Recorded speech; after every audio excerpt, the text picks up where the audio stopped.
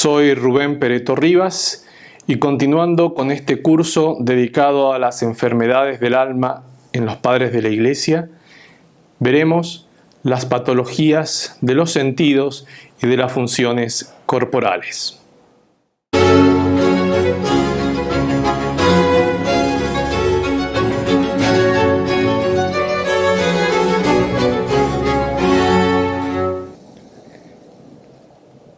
El hombre, dicen los padres de la Iglesia, es cuerpo y alma, o cuerpo, alma y espíritu. Y ha sido creado por Dios de este modo. Y se asemeja a Dios de este modo. El hombre se asemeja a Dios en cuerpo y en alma. Es decir, el cuerpo participa también de la vida virtuosa y participa también de la semejanza con Dios.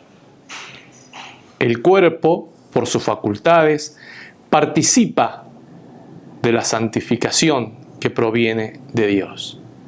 Y por lo tanto, el cuerpo también será deificado. La theosis no solamente implica al alma, sino que implica al alma y al cuerpo. Hacemos esta introducción porque al hablar de las patologías de los sentidos y de las funciones corporales, todo esto tiene que ver con el cuerpo. En estos primeros videos del curso nos hemos dedicado a las patologías, a las enfermedades de las diversas facultades del hombre. El apetito concupiscible, es decir, el deseo, el apetito irascible o la agresividad, la memoria, la libertad, la imaginación. Y ahora, y finalmente, nos dedicamos a los órganos y a las funciones corporales, a los órganos de los sentidos y a las funciones corporales, de modo tal de englobar todas las potencias y todas las facultades que tiene el hombre. Porque todo el hombre, con todas sus potencias y todas sus facultades, de acuerdo a lo que enseñan los padres de la Iglesia, será deificado. Escribe San Macario: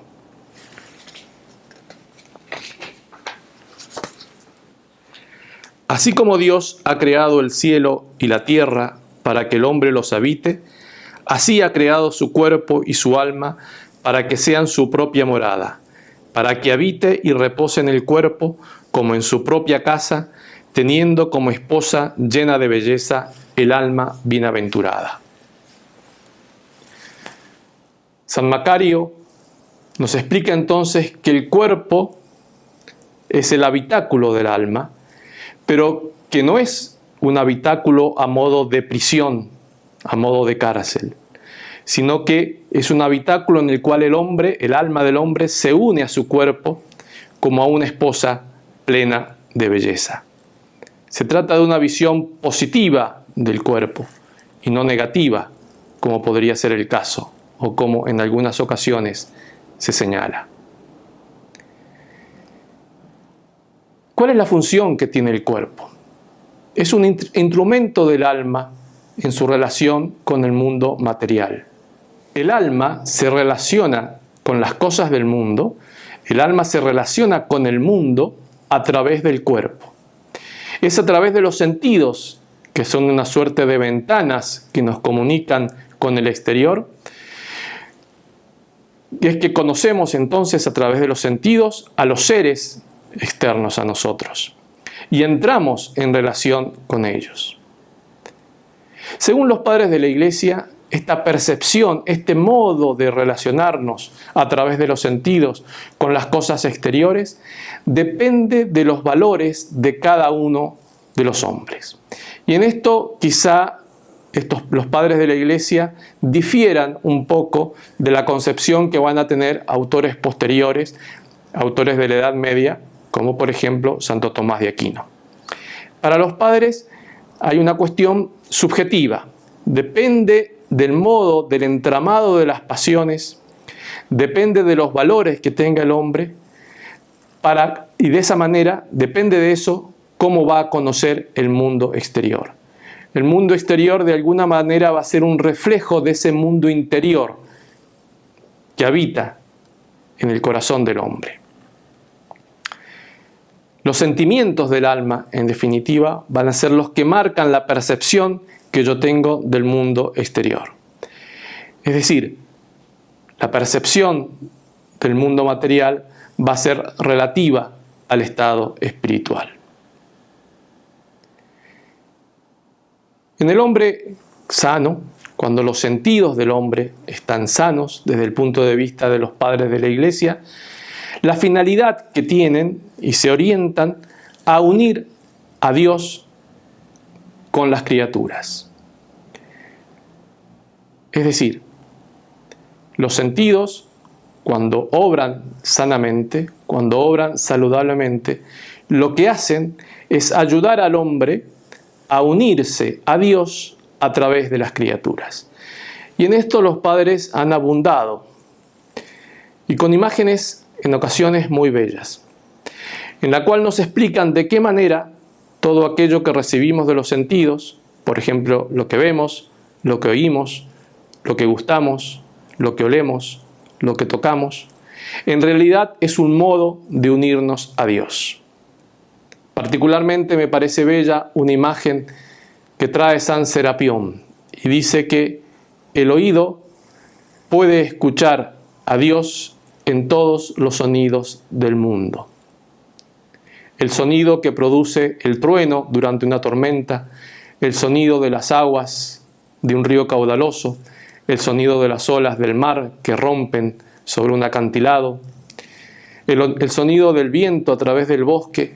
Todos estos sonidos de la naturaleza son un modo de conocer a Dios y son un modo de unirnos a Dios. Porque, dice San Serapión, escuchamos a Dios a través de estos sonidos. Y este ejemplo de este padre de la Iglesia podemos extenderlo a todo el resto de los sonidos. A todo el resto de los sentidos. Todo lo que vemos, lo que escuchamos, lo que olemos, lo que tocamos, lo que gustamos, es un recuerdo de Dios y debe servir al hombre para unirse a Dios. El cuerpo, por su parte, está espiritualmente sano cuando tiende hacia Dios y todas sus actividades tienden hacia ese fin último y de esa manera el cuerpo se convierte en un templo de Dios. Sobre esto también hay mucha literatura en los padres de la Iglesia, siguiendo a San Pablo. El cuerpo es templo del Espíritu Santo, y este es un cuerpo sano, en el cual el Espíritu Santo puede habitar. ¿Cuáles son las patologías que afectan a los órganos de los sentidos y a las funciones corporales? Como en los casos anteriores, tiene que ver siempre cuando estas facultades se desvían de su fin, que le es natural, que es la unión con Dios, que es Dios mismo. Cuando estos órganos, cuando estas funciones se distorsionan, toman otro camino y se desvían de Dios, se enferman. Ya no van a buscar a Dios, sino que van a buscar y van a estar entregadas totalmente a los deseos de la carne, en definitiva, al pecado. Se alejan de Dios. Las facultades cognitivas cesan de interpretar al mundo según el Espíritu Santo y lo interpretan solamente según la sensibilidad, según la materia. Dice San Ambrosio, todo lo que vemos lo vemos diversamente a lo que realmente es. Como hemos dicho ya en ocasiones anteriores, se trata de que el hombre deja de tener una visión real del mundo, una visión del mundo real, para tener una visión de un mundo ficticio, un mundo que no es, porque es un mundo absolutamente material, es un mundo despojado de los reflejos y del brillo de Dios. Si el hombre percibe según sus valores y sus pasiones, todo es subjetivo. Por lo tanto, ya no se amolda a la realidad, sino que los objetos de la realidad son una proyección de su conciencia. El hombre ya deja de ver la realidad tal cual es, y la realidad para él no va a ser más que una proyección de su interior. De un interior que, porque está justamente enfermo, es un interior desordenado. Desordenado porque ya no está ordenado hacia el fin natural y el fin último que tiene, que es la visión de Dios. De esta manera, tanto los órganos de los sentidos como las funciones corporales se desvían de la finalidad, de su finalidad primordial, y obran de acuerdo exclusivamente a los deseos de la carne. Dice San Atanasio: así, el alma pone en movimiento las manos hacia fines opuestos, haciéndole cometer asesinatos. Orienta los órganos sexuales hacia el adulterio en vez de hacia la procreación legítima.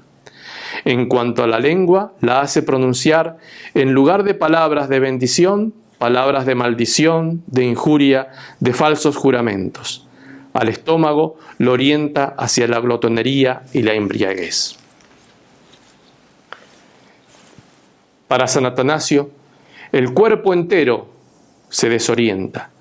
El cuerpo entero se desvía de ese fin material, y todas estas funciones que debían estar orientadas hacia la consecución del fin último, que es la unión con Dios, se orientan hacia el mal, se orientan hacia el pecado. En esto consiste la enfermedad. Como dice Nicetas Escétatos, es la sinrazón de los sentidos. Los sentidos se comportan de un modo irracional. Ya no se comportan de acuerdo a su naturaleza, de acuerdo hacia la finalidad para la cual fueron creados, sino que se desvirtúan, se desvían hacia otros fines que son fines puramente materiales. Terminamos con otro texto de San Atanasio. Si un corredor monta en su caballo, olvidando la meta hacia la cual debe correr, y se desvía para azuzar simplemente a su caballo todo lo que puede, y puede todo cuanto quiere, y así se lanza contra los peatones o se lanza hacia los precipicios y se deja llevar por la velocidad de su caballo, pensando que al correr de esta manera llegará a su meta. Lo mismo ocurre con el alma, que se desvía de la ruta que conduce a Dios y azuza los miembros de su cuerpo fuera del camino que le conviene, o más bien se deja azuzar ella misma por ellos.